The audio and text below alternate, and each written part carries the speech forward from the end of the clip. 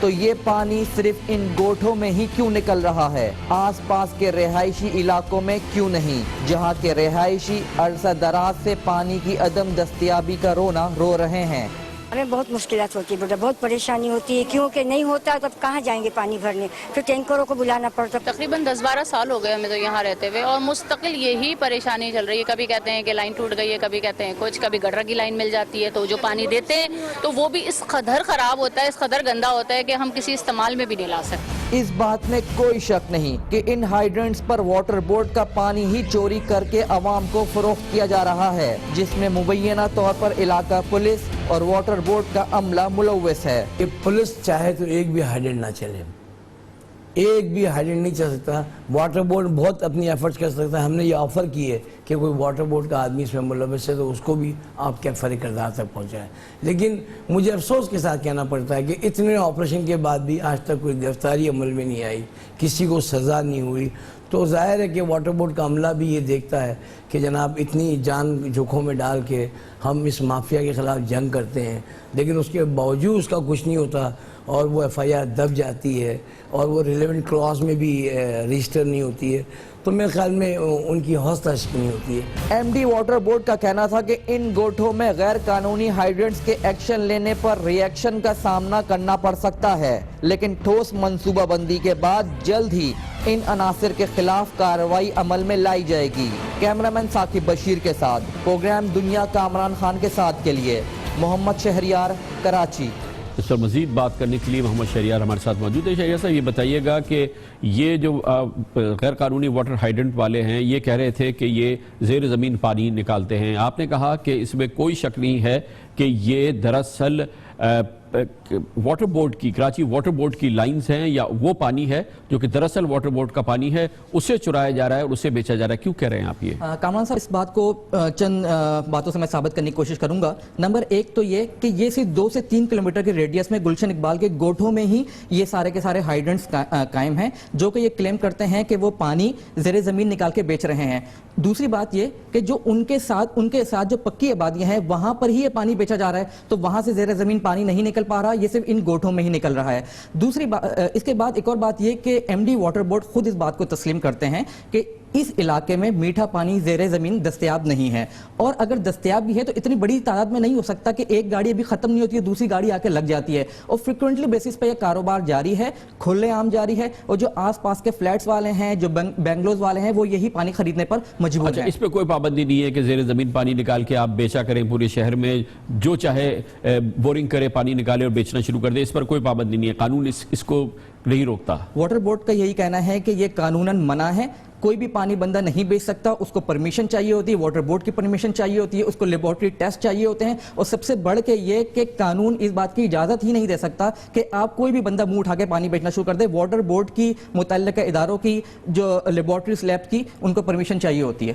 بہت بہت شکریہ۔ محمد شہریار ہمارے ساتھ موجود تھے۔ خبر سے بریک اور اس کے بعد ذکر کریں گے پاکستان میں بہت بااثر، بہت ہی ایکٹیو، بہت ہی پسندیدہ ہیں پاک ٹرک اسکولز جو کہ ترکی کی مدد سے بنائے گئے تھے۔ اب اس کی انتظامیہ کے حوالے سے ترکی کی موجودہ حکومت کو شدید تحفظات ہیں، اس پر وہ کریک ڈاؤن کرنے کے لیے حکومت پاکستان پر دباؤ ڈال رہے ہیں۔ ایک غیر یقینی صورتحال ہے ان اسکولز کی، اس بارے میں بات کرتے ہیں چھوٹے سے وقت کے بعد۔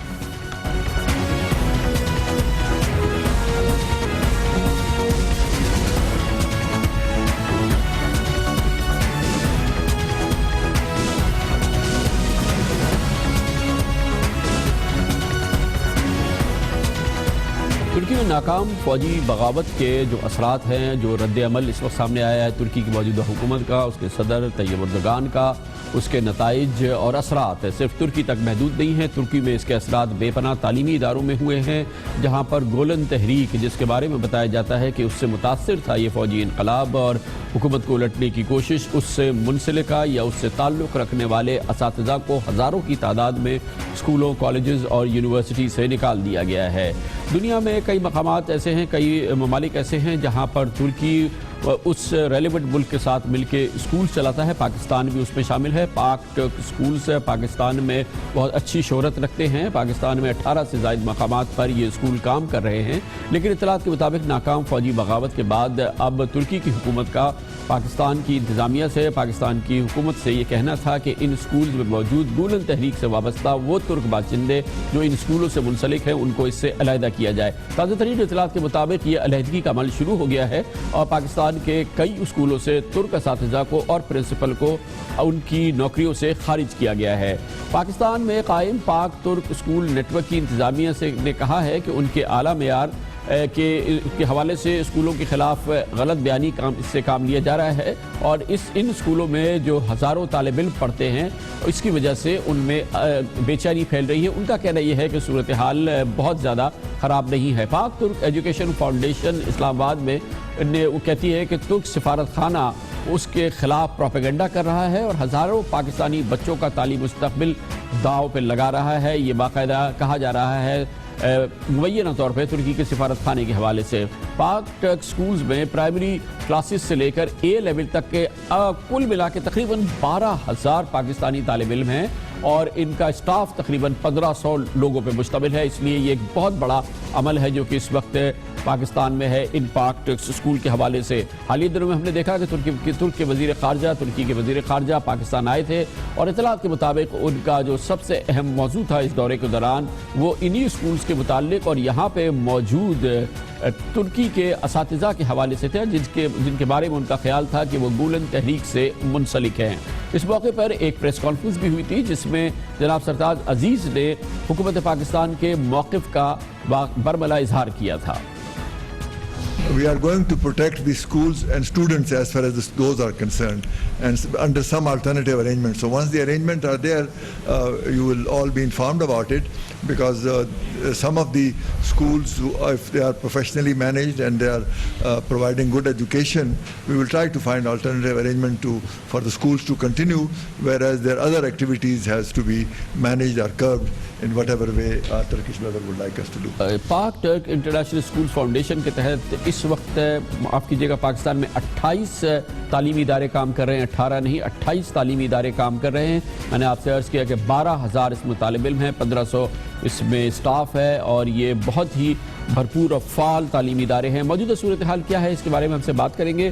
ہمارے ساتھ موجود ہیں جناب امتیاز دستگار جو کہ ڈائریکٹر ہیں پاک ٹرک ایجوکیشن کاؤنسل کے فاؤنڈیشن کے جو یہ اسکولز چلاتی ہے. جناب امتیاز صاحب بتائیے گا, اطلاعات یہ ہیں کہ جو ترکی سے وابستہ یا ترکی کے باشندے یہاں پہ اساتذہ تھے یا پرنسپلز تھے ان کو حالیہ دنوں میں فارغ کیا گیا ہے اور اس بارے میں مصدقہ اطلاعات سامنے آ رہی ہیں کہ یہ ترکی کی حکومت کے دباؤ میں کیا گیا ہے یا ترکی کے موجودہ حالات کے حوالے سے کیا گیا ہے. کیا آپ بتائیں گے اس بارے میں؟ ہاں نہیں, ایسا بالکل یہ نہیں ہے. یہ جو بھی بیچ میں کچھ چینجز ہوئی ہیں وہ ہماری اپنی ایڈمنسٹریٹو چینجز ہیں, وہ ہم نے ایز اے بورڈ وہ چینجز کی ہیں. اس کے اوپر کوئی ایکسٹرنل پریشر کی وجہ سے ہم نے نہیں اس کو کیا. اور یہ روٹین میں یہ جو ٹائم ہے گرمیوں کی چھٹیوں کا, اس میں چینجز ہوتی رہتی ہیں اور گریجولی جو پچھلے سالوں سے ہم ٹرکش سٹاف کو آہستہ آہستہ ریڈیوس کر رہے تھے. اور ان سالوں میں پہلے پرانے زمانے میں 80% سٹاف ترکی سے ہوتا تھا, تو اب جو ہے وہ بہت تھوڑا رہ گیا ہے. لیکن اور جیسے جیسے ہمارے اپنے لوگ تیار ہوتے ہیں ان کو ہم ان کی کیریئر پلاننگ کرتے ہیں اور جو کچھ بھی ہوا ہے اس کے متعلق ہوا ہے. تو میں یہ آپ کو بتا دوں کہ بہت سا نا ہمارے خلاف ایک میلیشیس قسم کا پروپیگنڈا جو ہے نا وہ سٹارٹ کیا ہوا ہے ٹرکش ایمبیسی نے, اور وہ جو سفارتی آداب ہیں اس سے نکل کے وہ اس وقت پروپیگنڈا کرنے لگے ہوئے ہیں اور اس کی وجہ سے بڑی بے چینی پیدا ہو گئی ہے ہمارے اسکول کے اسٹوڈنٹس میں اور ٹیچرز میں, اور جو پیرنٹس ہیں ان نیسیسریلی ایک بالکل اچھا کام چلتا ہوا اور اس کو خراب کیا جا رہا ہے یہاں پہ آؤٹ آف میلیشیس پروپیگنڈا. یہ ترکی کی جو تازہ صورتحال ہوئی ہے ناکام فوجی بغاوت وغیرہ, اس سے پہلے آپ کے پاس کتنا ٹرکش سٹاف تھا, اب کیا سچویشن ہے اس کی؟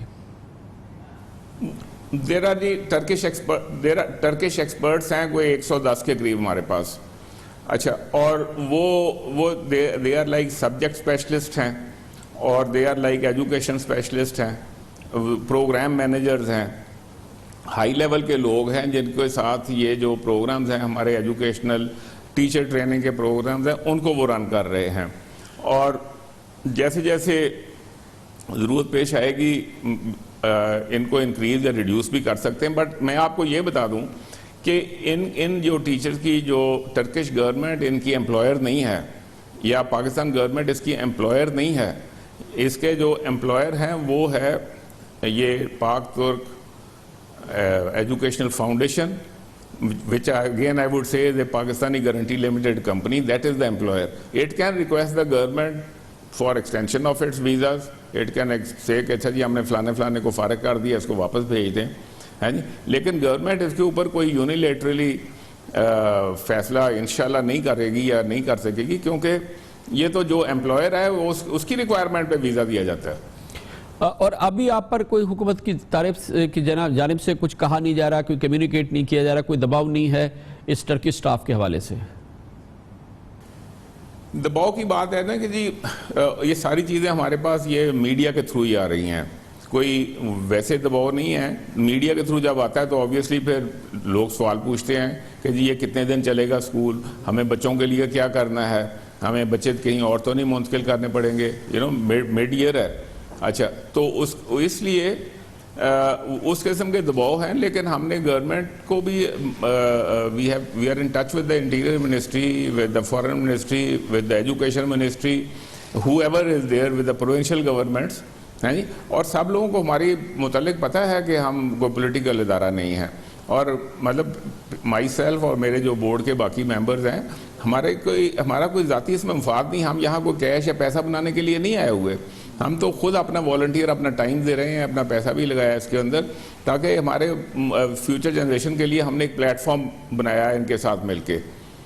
بالکل, بہت بہت شکریہ جناب امتیاز رسگار, پاک ٹرک ایجوکیشن فاؤنڈیشن کے ڈائریکٹر ہمارے ساتھ تھے. کمر سے بریک اور اس کے بعد ترکی کا ذکر ہوگا, اور ہے طیب اردگان, ترکی کے صدر, ناکام فوجی بغاوت کے بعد بہت متحرک نظر آئے, ملک کے اندر انقلابی اقدامات کیے ہیں, اور اب خارجہ پالیسی کے میدان میں انہوں نے اب روس کے صدر ولادیمیر پوٹن کو گلے لگایا ہے, انہیں اپنا قریبی دوست قرار دیا ہے. ایک بڑی ڈیولپمنٹ ہوئی ہے جس پہ مغرب میں تھوڑا سا ارتعاش ہے, اور اس کے ساتھ ہی پوٹن کے حوالے سے ملنے کے فوراً بعد طیب اردگان نے امریکہ سے کہا ہے کہ گولن تحریک کے بانی کو اگر ترکی کے حوالے نہیں کیا گیا تو وہ ترکی امریکہ سے قطع تعلق کرنے کے حوالے سے بھی سوچ سکتا ہے. بڑی اہم ڈیولپمنٹ ہے اور دلچسپ بھی, اس کی بات کریں گے چھوٹے سے وقفے کے بعد.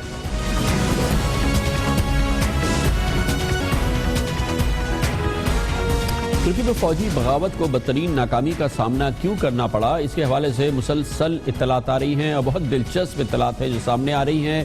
ایک بہت ہی اہم خبر جو حالیہ دنوں میں سامنے آئی اور جس کے اب بھرپور اثرات بھی سامنے آ رہے ہیں, وہ جاری کی تھی روس کی خبر رساں ایجنسی سپوٹنک نے, جس نے کہا تھا کہ ترکی کے صدر طیب اردگان کے خلاف فوجی بغاوت کو ناکام بنانے میں روس کی انٹیلیجنس ایجنسی کا بہت بڑا ہاتھ تھا. روس نے اس فوجی بغاوت کو ناکام بنانے میں ایک بڑا کلیدی کردار ادا کیا تھا. اس رپورٹ کے مطابق روسی انٹیلیجنس ایجنسی نے بغاوت کے حوالے سے ترک فوج کی کالز پکڑی تھی.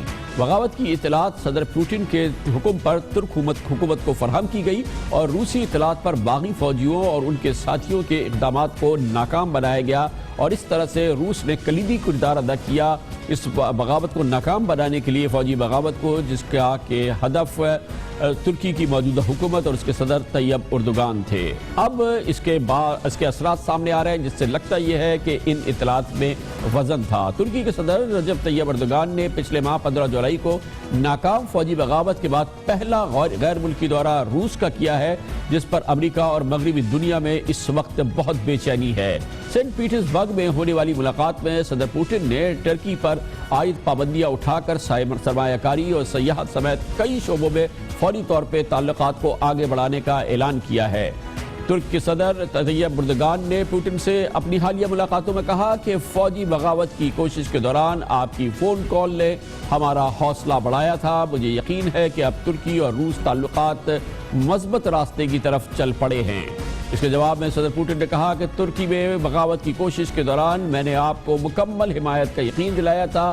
روس آج بھی ترکی کے ساتھ کھڑا ہے, اور آپ کا دورہ نئے دوستانہ تعلقات کی نشانی ہے. یہ بہت اہم بات ہے اس پس منظر میں جس میں ترکی اور روس کے تعلقات میں پچھلے سال 24 نومبر کو بہت سخت تلخی آ گئی تھی, بلکہ تعلقات ختم ہوتے ہوتے رہ گئے تھے جب ترک فضائیہ نے اپنی حدود میں داخل ہونے کا الزام لگا کے روسی طیارے کو مار گرایا تھا، لیکن بعد میں ان حالات میں تبدیلی آئی جب طیب اردوغان نے اب سے کچھ عرصے قبل پوٹن سے اس معاملے پر اپنی معذرت طلب کی تھی، باقاعدہ انہوں نے اس سے معذرت کی تھی، اور اس کے بعد کی یہ ڈیولپمنٹ ہے کہ ترکی میں ناکام فوجی بغاوت کی اطلاع دراصل روس کی انٹیلیجنس نے ترکی کے صدر کو پہنچائی، اور اب ترکی کے صدر اس کا لگ رہا ہے کہ جواب دے رہے ہیں۔ اپنا پہلا غیر ملکی دورہ انہوں نے روس کا کیا، صدر پوٹن کو اپنا قریب ترین دوست قرار دیا، اور اس کے ساتھ ہی انہوں نے ایک بار پھر امریکہ پہ الزام لگایا کہ ناکام فوجی بغاوت کے پیچھے وہ تھا، اور اس کے پیچھے جو شخص ہے ترکی کی حکومت کا سب سے بڑا مخالف، جو کہ اس وقت امریکہ کی ریاست پینسلوینیا میں موجود ہے، ایک بار پھر ترکی نے امریکہ سے کہا ہے کہ اسے حوالے کیا جائے فوری طور پہ ترکی کے، ورنہ امریکہ سے ترکی اپنے تعلقات قطع کرنے کے بارے میں بھی سوچ سکتا ہے، قطع تعلق بھی کر سکتا ہے۔ لیکن ان کی ملاقاتیں پوٹن کے ساتھ، روس کے ساتھ انتہائی قریبی تعلقات کی نئی یہ جو بگننگ ہوئی ہے، اس پر مغرب میں شدید بے چینی ہے، مگر یہ ایک اہم سفارتی موو ہے جو ترکی کے صدر نے اب اپنی سرحدوں کے باہر یعنی کہ خارجہ محاذ پر کھیلی ہے۔ بریک، اس دوران آپ نیوز ہیڈ لائن دیکھیں گے اور ہم پھر واپس آتے ہیں ہم آج کی دوسری اہم خبروں کے ساتھ۔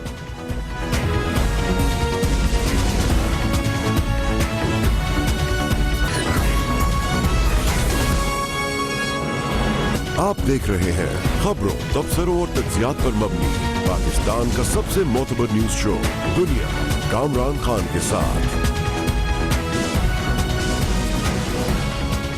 ہم آپ کو انتہائی ذمہ داری سے بتا سکتے ہیں کہ موجودہ حالات کے پس منظر میں خاص طور پہ گزشتہ چند دنوں کے دوران متعدد بیانات اور کوئٹہ واقعے کے بعد جو صورتحال پیدا ہوئی ہے، اس کے نتیجے میں ملک کی فوجی اور سیاسی قیادت کے درمیان قدر تلخی پیدا ہوئی ہے۔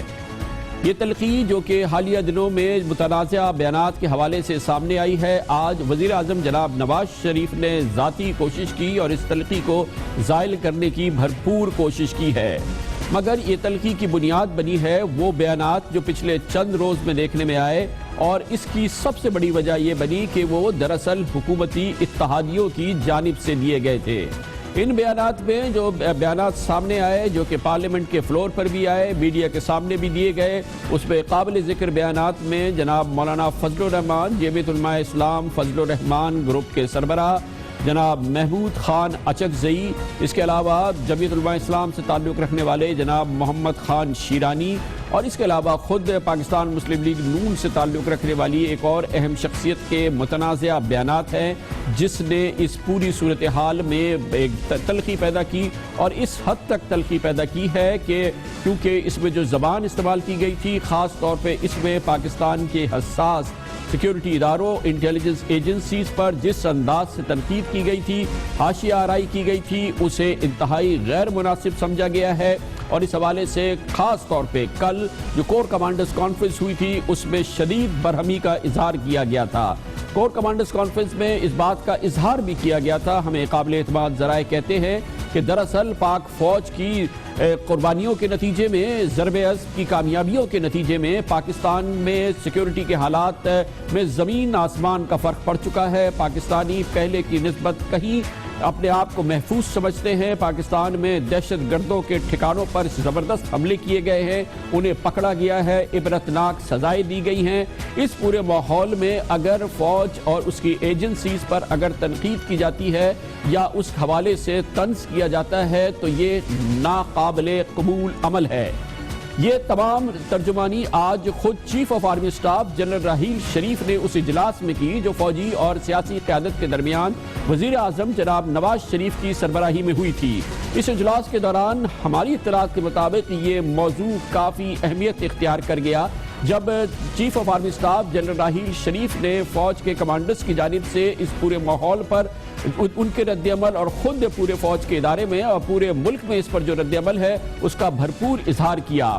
اس میں ایک نازک بات یہ تھی کہ جن شخصیات نے یہ متنازع بیانات دیے تھے، جن سیاسی شخصیات نے، چاہے وہ جناب محمود خان اچکزئی ہوں، چاہے مولانا فضل الرحمان ہوں، چاہے اس میں جناب غلام احمد بلور کے ANP کے گزشتہ بیانات ہو، ان سب شخصیات نے حالیہ دنوں میں وزیر اعظم جناب نواز شریف سے ملاقات بھی کی تھی. لیکن آج کی اس صورتحال کے حوالے سے یہ جو بیانات ہیں جس نے کہ بہت ہی ایک مشکل صورتحال آج پیدا کی، خاص طور پہ اس اجلاس میں جہاں پر آج کے نیشنل ایکشن پلان کے حوالے سے ڈسکشن ہونا تھا، وہاں پہ یہ موضوع اس لیے بہت اہمیت اختیار کر گیا کہ اس پر اس کو سب سے زیادہ ترجیح دی جا رہی تھی اور اسے جیسا کہ میں نے آپ کو بتایا ناقابل قبول قرار دے رہے تھے فوجی کمانڈرز. اس کے جواب میں فوری طور پہ رد عمل بھی آیا، لیکن وہ ماحول کیا تھا جس پر فوج کی جانب سے اس شدید تشویش کا بھی اظہار کیا گیا، فوجی کمانڈرز کی جانب سے، فوجی اداروں کی جانب سے، انٹیلیجنس ایجنسیز کے جانب سے کیا تھا، اس کی جھلک ہم آپ کو دکھاتے ہیں.